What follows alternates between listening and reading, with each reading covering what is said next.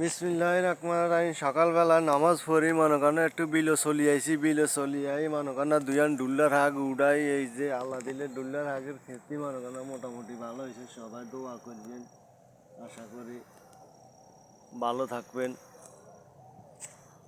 এই যে আমাদের কাম হয়েছে মনে করেন এই ডুল্লার হাগ উড়াই মনে করেন না খাওয়ান।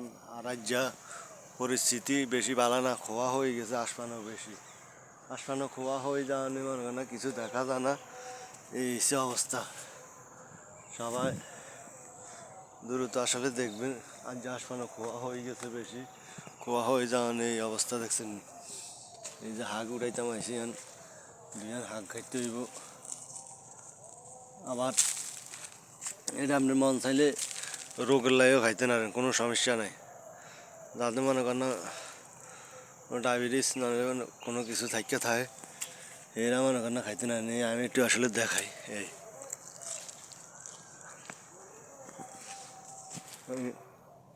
ইয়ারে করলার হাতা খাইতে না, এমনি করলা হাতা।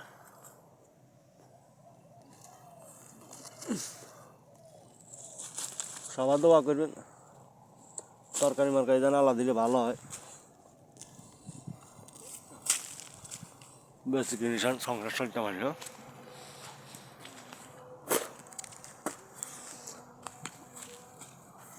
সব তরকারি হরুয়া।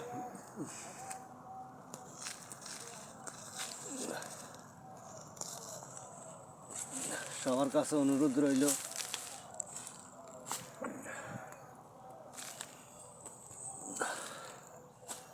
দোয়া রইল, সালাম রইল।